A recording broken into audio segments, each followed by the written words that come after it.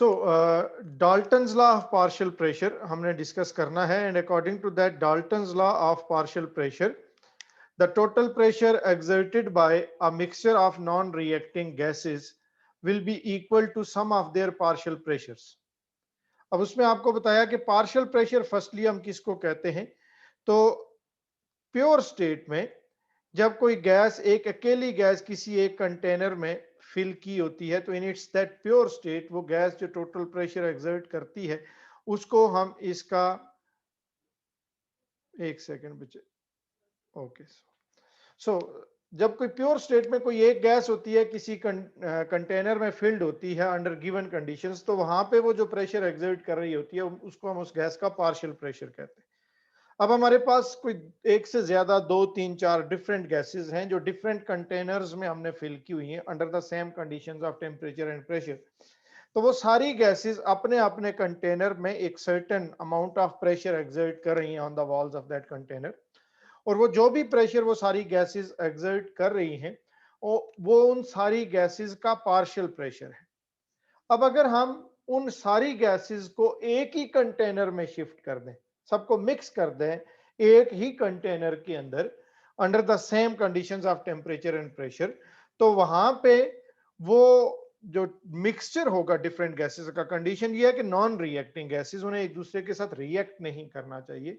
तो in that container when they will be mixed together, the total pressure exerted by that mixture of non-reacting gases will be equal to the sum of their partial pressures.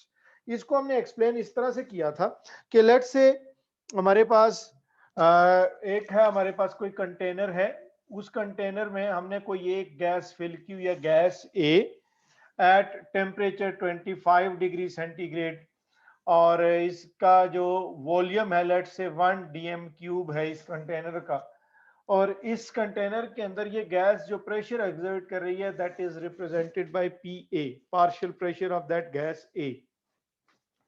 हमारे पास एक दूसरा container है same volume का at the same conditions of temperature, इसमें हमने कोई दूसरी gas fill की हुई है, गैस B, और इस कंटेनर के अंदर वो गैस B जितना प्रेशर एक्सर्ट कर रही है that is represented by PB, that is the partial pressure of gas B। And similarly we have a third container same volume 1 dm cube kept at the same temperature 25 degrees centigrade, and we have filled another third different gas C in this container, and in this container the gas C is exerting the pressure that is represented by PC. So PA is the partial pressure of gas A, PB is the partial pressure of gas B, and PC is the partial pressure of gas C. अब हमने क्या करना है कि एक और container लेना है, सेम वॉल्यूम होगा उसका 1 dm क्यूब, सेम टेम्परेचर पे हमने रखना है उसको 25 degree centigrade. Now we'll shift, will transfer all these three gases in the same container, उन तीनों को उसी एक ही कंटेनर में हमने मिक्स कर दिया। कंडीशन क्या थी कि ये गैसेस जो है they should be non reacting gases, उनको एक दूसरे के साथ रिएक्ट नहीं करना चाहिए। तो अब यहाँ पे ये जो गैसेस, तीनों गैसेस का मिक्सचर है, वो जो टोटल प्रेशर एक्सर्ट करेगा that will be equal to sum of their partial pressures PA plus PB plus PC। इसका मतलब ये है कि गैस ए ने separately in its pure state इस कंटेनर के अंदर इवन अंडर गिवन कंडीशंस जो प्रेशर एक्सर्ट किया था PA, वो gas A is exerting the same pressure in this mixture. यहां भी उस गैस ए का प्रेशर कितना है, PA ही है। गैस भी इन its pure state in a separate container कितना प्रेशर एक्सर्ट कर रही थी, PB, और इस मिक्सचर के अंदर भी वो कितना प्रेशर एक्सर्ट कर रही है, सेम प्रेशर PB।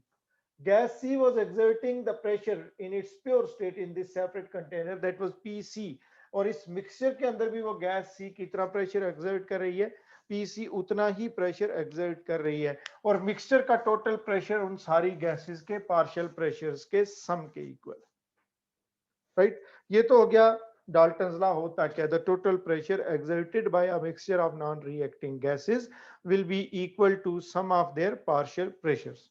अब हमने इससे जो कुछ मैथमेटिकल डेरिवेशंस और कुछ कैलकुलेशंस करनी होती हैं, उसमें फर्स्ट एक पॉसिबिलिटी ये है कि आपको डिफरेंट गैसेस के पार्शियल प्रेशर्स बताए हुए हों, गिवन हो, और आपको कहा जाए कि उस उन गैसेस के मिक्सचर का टोटल प्रेशर फाइंड करो। तो दैट इज वेरी सिंपल। फिर तो आपने सिंपली उनके पार्शियल प्रेशर्स को ऐड कर देना है। कंडीशन सेम हो और गैसेस नॉन रिएक्टिंग गैसेस हूं, तो आपने मिक्सचर का टोटल प्रेशर फाइंड करने के लिए सिंपली क्या करना है, उन गैसेस के पार्शियल प्रेशर्स को ऐड कर देना है।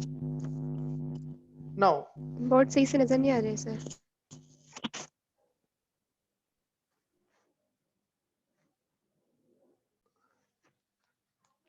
फर्स्टली तो अगर आपको इन डिफरेंट गैसेस के पार्शियल प्रेशर्स गिवन हो और आपको मिक्सचर का टोटल प्रेशर कैलकुलेट करना हो, तो you will simply add the partial pressures. ये तो बहुत आसान सी बात होगी।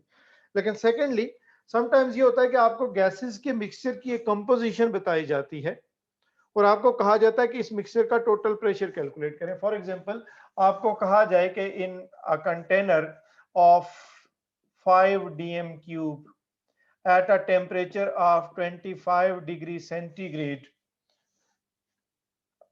उसमें हम कंसिडर कर लें 10 grams of hydrogen, 64 grams of oxygen,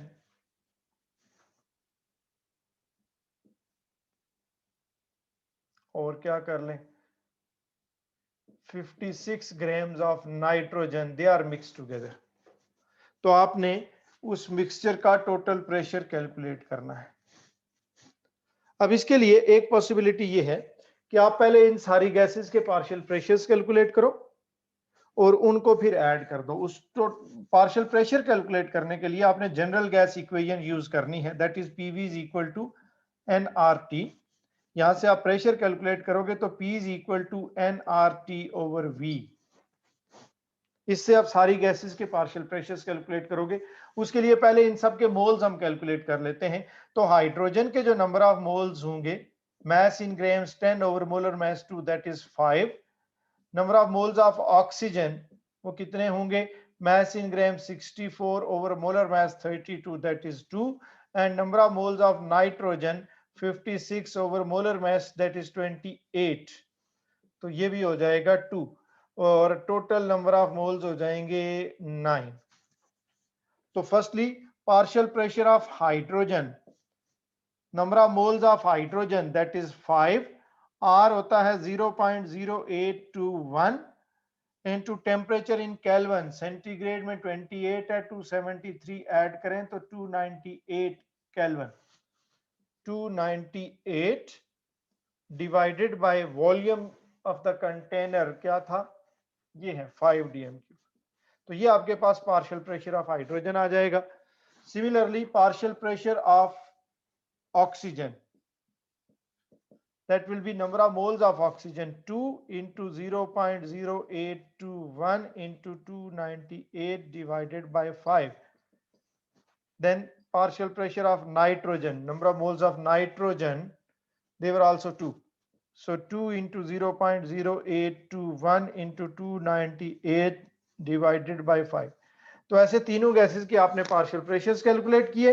अब टोटल प्रेशर फाइंड करने के लिए इन पार्शियल प्रेशर्स को ऐड कर लो, जो भी यहाँ वैल्यूज आएंगी। Partial pressure of hydrogen plus partial pressure of oxygen plus partial pressure of nitrogen. तो एक तो आप ऐसे कैलकुलेट कर सकते हो। सेकेंडली आप क्या कर सकते हो कि पहले ये जो इक्वेशन है पार्शियल प्रेशर की, ये सारी गैसेस के लिए अगर हम इसको लिखें, ये जो इक्वेशन मैंने डिराइव की है, तो इसको हाइड्रोजन के लिए लिखेंगे तो partial pressure of hydrogen will be equal to number of moles of hydrogen R T over V. इसको जब ऑक्सीजन के लिए लिखेंगे तो partial pressure of oxygen will be equal to number of moles of oxygen R T over V. और फिर इसको nitrogen के लिए लिखेंगे तो number of moles of nitrogen R T over V. ये तीनों इक्वेशंस हो गई। अब पहले टोटल प्रेशर की इक्वेशन डिराइव करें। टोटल प्रेशर की इक्वेशन डिराइव करने के लिए हमें इन तीनों इक्वेशंस को ऐड करना है। So the total pressure will be equal to partial pressure of hydrogen plus partial pressure of oxygen plus partial pressure of nitrogen. तो वो वैल्यूज ये वाली यूज कर ले। पार्शियल प्रेशर ऑफ हाइड्रोजन की वैल्यू क्या है, number of moles of hydrogen R T over V plus partial pressure of oxygen, number of moles of oxygen RT over V, plus partial pressure of nitrogen, number of moles of nitrogen RT over V. अब इन तीनों में से RT over V is common, तो बाकी क्या बचा, number of moles of hydrogen plus number of moles of oxygen plus number of moles of nitrogen, RT over V। और इन तीनों के नंबर ऑफ मोल्स को जब आप ऐड करोगे तो वो क्या आ जाएगा, total number of moles. So total pressure will be equal to total number of moles RT over V। अब टोटल नंबर ऑफ मोल्स हमने यहां कैलकुलेट किए हुए, ये है 9। So the total pressure of the mixture is 9 into R 0.0821 into T 298 over volume, that was 5। तो अब ये और ये आंसर सेम आएंगे, आप दोनों तरह से कैलकुलेट कर सकते हो। तो ये उस Dalton's law of partial pressure से रिलेटेड एक टाइप के न्यूमेरिकल क्वेश्चंस थे। जब आपको किसी मिक्सचर की कंपोजिशन गिवन हो, कंडीशंस मेंशन्ड हो, तो आपको मिक्सचर का टोटल प्रेशर कैलकुलेट करने को कहा जाए, तो आपने ये करना है।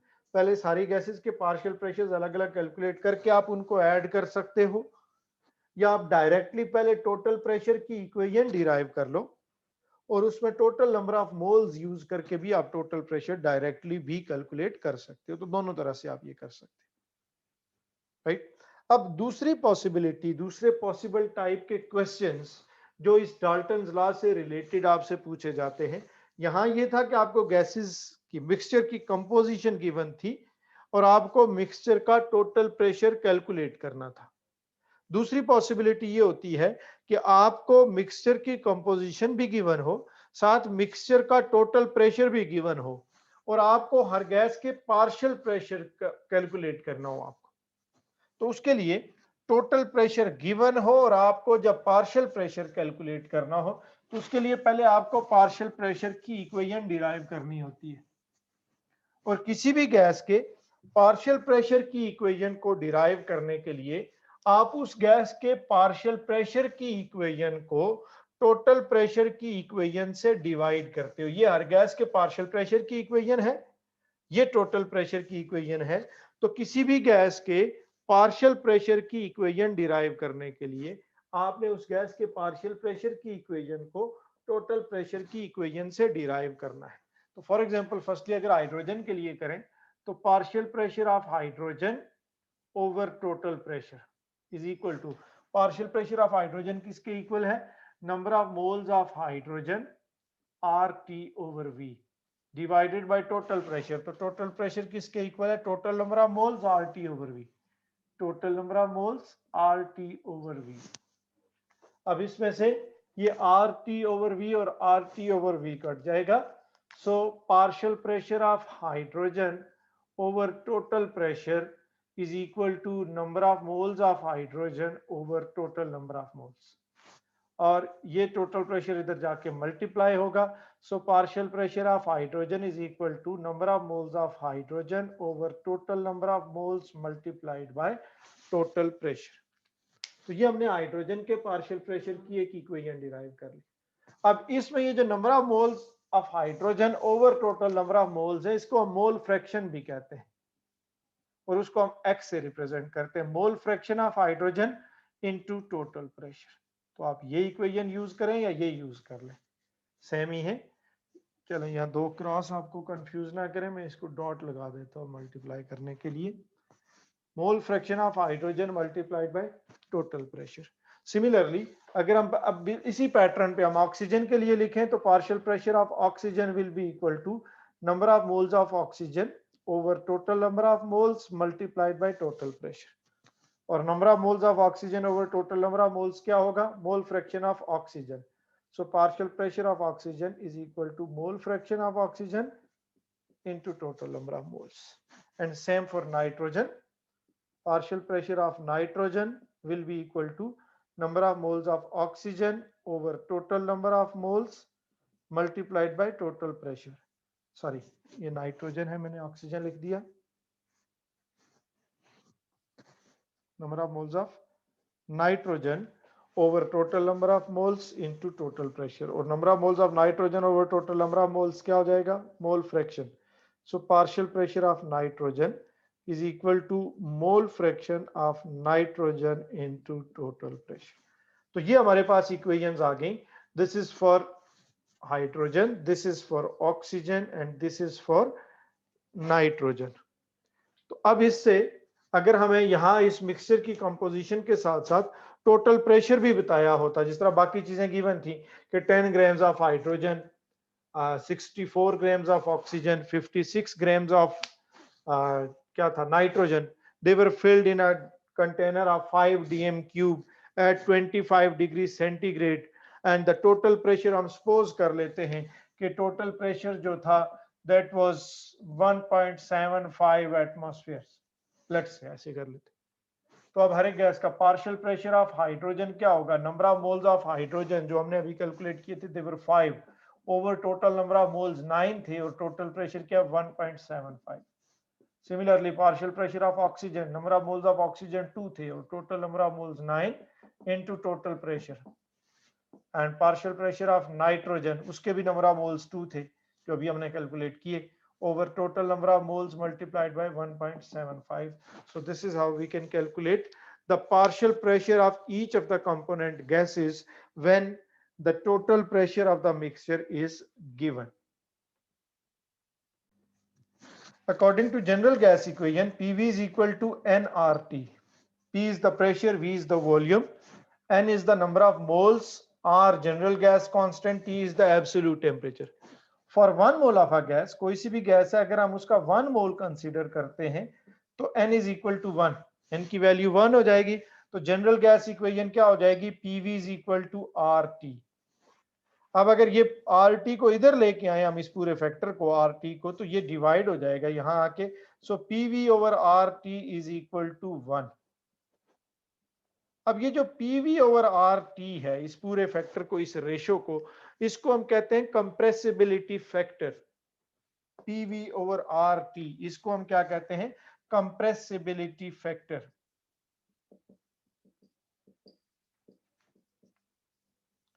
And for an ideal gas इस PV ओवर RT की वैल्यू जो है that will always be constant and that will be equal to 1. For an ideal gas, the value of the compressibility factor PV over RT will always be constant और वो कितनी होगी, that will be equal to 1. अब जब हम graphically हम इसको show करते हैं, हम शो करते हैं जब हमने डिमॉन्स्ट्रेट करना होता है that real gases show deviation from the ideal behavior, तो वहां हम इसको प्लॉट करते हैं। तो जब हम किसी आइडियल गैस के लिए P versus PV over RT graph plot करेंगे, तो आइडियल गैस के लिए तो इस PV ओवर RT की वैल्यू फिक्स्ड है, कांस्टेंट है, और कितनी है, 1 है। तो प्रेशर कम हो ज्यादा हो, आप प्रेशर इंक्रीज करो डिक्रीज करो, PV ओवर RT की वैल्यू क्या रहेगी, वो 1 ही रहेगी। So when we plot a graph between pressure and compressibility factor for an ideal gas, we will get a straight line parallel to the pressure axis. Ideal gas के लिए ऐसे आएगी इक्वेशन। जब हम यही ग्राफ प्लॉट करेंगे different real gases के लिए, तो अगर, सॉरी आपको तो नजर नहीं आ रहा, मैं इसको थोड़ा नीचे कर लूं, ऐसे कर लें, अब आपको ये नजर आ जाएगा। जब यही ग्राफ हम प्लॉट करेंगे किसी रियल गैस के लिए, तो अगर उस रियल गैस के लिए भी P versus PV over RT जो ग्राफ है वो एक स्ट्रेट लाइन ऐसे ही आए parallel to the pressure axis at point 1 position के ऊपर, 1 वैल्यू के ऊपर, तो इसका मतलब है वो रियल गैस आइडियली बिहेव कर रही है, वो आइडियल बिहेवियर शो कर रही है। और अगर किसी रियल गैस की जो P versus PV over RT curve है वो इस आइडियल गैस की कर्व जैसी नहीं होगी, इससे डिफरेंट होगी, तो इसका मतलब है वो रियल गैस आइडियल बिहेवियर से डेविएट कर रही है। और उस रियल गैस की ये कर्व इस आइडियल गैस की कर्व से जितना ज्यादा दूर होगी, जितना डिफरेंट होगी, वो रियल गैस उतनी ज्यादा डेविएशन शो कर रही है फ्रॉम द आइडियल बिहेवियर। और जितनी वो curve closer to the curve of the ideal gases होगी, उतना ज्यादा वो आइडियली बिहेव भी कर रही होगी। तो ये हमने प्लॉट किया था कुछ रियल गैसेस के लिए। लाइक अगर हम हीलियम के लिए ये जब प्लॉट करते हैं, तो हीलियम के लिए ये कर्व जो है वो इस तरह की आती है। हाइड्रोजन के लिए ये कर्व थोड़ी ऐसे हो जाती है। नाइट्रोजन के लिए ये कर्व इस तरह होती है। कार्बन डाइऑक्साइड के लिए ये ऐसे थी। कुछ और भी गैसेस आपकी बुक में उनके ग्राफ शो किए हुए हैं, प्लॉट किए हुए हैं। तो ये कुछ रियल गैसेस की कर्व्स हैं, और अगर हम देखें तो किसी भी रियल गैस की curve exactly similar to that of the ideal gas नहीं है। इसका मतलब है कोई भी रियल गैस आइडियल गैसेस की तरह से एग्जैक्टली बिहेव नहीं कर रही। वो सारी रियल गैसेस जो है they are showing some deviation from the ideal behaviour. सबसे ज्यादा डिफरेंट कर्व किसकी है as compare to ideal gas? Carbon dioxide की। तो इसका मतलब है वो कार्बन डाइऑक्साइड सबसे ज्यादा डेविएशन शो कर रही है फ्रॉम आइडियल बिहेवियर। नाइट्रोजन की कर्व उससे कुछ closer to the ideal curve है। इसका मतलब है nitrogen relatively less deviation show कर रही है from the ideal behaviour. Hydrogen ज्यादा क्लोजर हो गई टू द आइडियल कर्व, तो इसका मतलब है hydrogen is behaving more ideally as compare to carbon dioxide and nitrogen. और हीलियम की कर्व सबसे करीब है as to that of the ideal gas. इसका मतलब इन सारी रियल गैसेस में से सबसे ज्यादा आइडियली कौन बिहेव कर रहा है? हीलियम गैस बिहेव कर रही है। फिर इसी ग्राफ को हमने डिफरेंट कंडीशंस में प्लॉट किया था। ये 25 डिग्री सेंटीग्रेड पे है, फिर इसको 100 पे प्लॉट किया था, और हमने देखा था कि 100 डिग्री सेंटीग्रेड पे ये कर्व्स और करीब हो गई थी टू द आइडियल कर्व। इसका मतलब है हायर टेम्परेचर पे जाके डेविएशन कुछ कम हो जाती है, लोअर टेम्परेचर पे ज्यादा डेविएशन होती है फ्रॉम आइडियल बिहेवियर।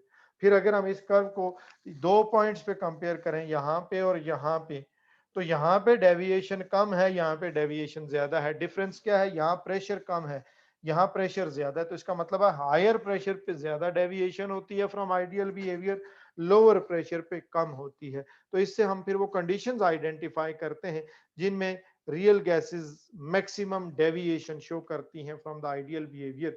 और वो टू कंडीशंस होती हैं, low temperature and high pressure. Temperature जितना डिक्रीज करेंगे deviation from the ideal behaviour उतनी ज्यादा हो जाएगी, और प्रेशर जितना इंक्रीज करेंगे deviation from the ideal behaviour उतनी ज्यादा। एब्सोल्यूट जीरो की वैल्यू हमने डिराइव करनी है। तो फर्स्टली एब्सोल्यूट जीरो को डिफाइन करना आपको आना चाहिए कि एब्सोल्यूट जीरो होता क्या है। तो हमने चार्ल्स लॉ में पढ़ा कि volume of a gas, a given amount of the gas is directly proportional to the absolute temperature. Temperature को जितने टाइम्स इंक्रीज करेंगे volume of the ideal gas उतने ही टाइम्स डिक्रीज हो जाएगा, और टेम्परेचर को हम जितने टाइम्स डिक्रीज करेंगे वॉल्यूम ऑफ द गैस उतने ही टाइम्स डिक्रीज भी हो जाएगा। अब अगर वो गैसेस आइडियली बिहेव करती रहें और यही proportionality between the absolute temperature and volume यानी डायरेक्ट प्रोपोर्शनलिटी एग्जिस्ट करती रहे, तो आप किसी भी एक सर्टेन गैस के टेम्परेचर को, एब्सोल्यूट टेम्परेचर को डिक्रीज करते जाओ। जितने टाइम्स आप टेम्परेचर डिक्रीज करोगे वॉल्यूम भी उतने ही टाइम्स डिक्रीज हो जाना चाहिए। और अगर इसी तरह से आप टेम्परेचर डिक्रीज करते जाओ वॉल्यूम भी साथ डिक्रीज होता जाए, तो finally at a certain temperature किसी भी आइडियल गैस के वॉल्यूम को जाके कहीं एक किसी टेम्परेचर पे जीरो हो जाना चाहिए। उस टेम्परेचर को हम एब्सोल्यूट जीरो टेम्परेचर कहते हैं। The temperature at which the volume of an ideal gas will reduce to zero. the temperature at which the volume of an ideal gas will become zero, will reduce to zero, that is known as absolute temperature. अब ये सिर्फ ideal gases के लिए ही हो सकता है, real gases के लिए ऐसा नहीं होता, क्योंकि रियल गैसेस मैटर हैं, और मैटर की एक बेसिक कैरेक्टरिस्टिक ये है कि दैट शुड ऑक्युपाई स्पेस, और स्पेस ऑक्युपाई करने का मतलब क्या है कि it should have some volume. तो मैटर का वॉल्यूम तो कभी जीरो नहीं हो सकता, आप जितना मर्जी उसका टेम्परेचर डिक्रीज कर लो। इसलिए रियल गैसेस का वॉल्यूम तो एक्चुअली तो कभी भी जीरो नहीं होता। बट हम सपोज करते हैं कि अगर कोई गैस आइडियली बिहेव करे और उसका volume in direct proportion with absolute temperature decrease करता ही रहे, तो finally at a certain lower temperature the volume of that ideal gas should become zero, and that hypothetical temperature at which the volume of an ideal gas should approach zero is known as absolute zero. अब उस absolute उसको zero kelvin भी हम कहते हैं। अब centigrade scale में, Celsius scale में उस एब्सोल्यूट जीरो की क्या वैल्यू होगी, यानी हम सेंटीग्रेड स्केल में टेम्परेचर को किस लेवल तक डिक्रीज करें तो फिर किसी आइडियल गैस का वॉल्यूम जीरो होगा, ये हमने डिराइव करना है। उसके लिए हमने जो एक चार्ल्स लॉ की इक्वेशन पढ़ी है, जो डिराइव की है, उसमें हमने पढ़ा है कि volume of a gas at a certain temperature will be equal to V naught plus T over 273 of V naught. Volume Vt क्या है? Volume of a gas at a certain temperature T. V not क्या है? Volume of that gas at 0 degree centigrade. T क्या है? The given temperature जिसके ऊपर ये volume हमने लिया है 273 इंटू V नॉट, फिर यही आ गया. अब ये इक्वेशन हम कहां से डिराइव करते हैं? जो हमने एक उसकी स्टेटमेंट पढ़ी है चार्ल्स लॉ की, that the volume of a gas increases or decreases by 273 parts of its original volume at 0 degree centigrade with every 1 degree centigrade rise or fall in temperature. वहां से हमने ये इक्वेशन डिराइव की थी. अच्छा, अब इसमें अगर हम इस टेम्परेचर इफ T, ये जो है ये T डिग्री सेंटीग्रेड में टेम्परेचर है, इज एब्सोल्यूट जीरो टेम्परेचर. तो एब्सोल्यूट जीरो टेम्परेचर पे गैस का वॉल्यूम अभी हमने कहा क्या हो जाता है? जीरो हो जाता है. Then Vt is equal to zero. अगर ये टेम्परेचर जो हमने यहां इक्वेशन में यूज किया हुआ है सेंटीग्रेड, उसको हम कंसीडर करें कि ये एब्सोल्यूट जीरो है, तो एब्सोल्यूट जीरो टेम्परेचर पे आइडियल गैस का वॉल्यूम क्या हो जाता है? जीरो हो जाता है. अब इसकी जगह हम फिर जीरो पुट करें तो यहां से हम ये T की वैल्यू कैलकुलेट कर सकते हैं. So zero is equal to V naught common ले लें आप, इंटू 1 प्लस T ओवर 273. ऐसे हो जाएगा. V नॉट यहाँ मल्टीप्लाई हो रहा है, इधर आके डिवाइड होगा. So zero divided by V naught is equal to 1 plus T over 273. Zero over V naught ये जीरो हो जाएगा. ये यहाँ पे प्लस हो रहा है, इधर आके 1 माइनस हो जाएगा. T over 273. 0 minus 1 is minus 1. 273 यहाँ मल्टीप्लाई हो रहा है, इधर आके डिवाइड होगा, is equal to T degree centigrade. और माइनस 1 से मल्टीप्लाई हुआ तो minus 273 is equal to T degree centigrade. और ये T डिग्री सेंटीग्रेड जो टेम्परेचर था, इसको हमने क्या कंसीडर किया हुआ? Absolute zero. तो अगर ये एब्सोल्यूट जीरो है तो इसकी वैल्यू कितनी आ गई? Minus 273 degree centigrade. And this is equal to 0 kelvin. और इसी को हम क्या कहते हैं? एब्सोल्यूट जीरो कहते हैं. एब्सोल्यूट जीरो टेम्परेचर है. This is the value of that absolute zero in centigrade. In Kelvin that is known as 0 Kelvin.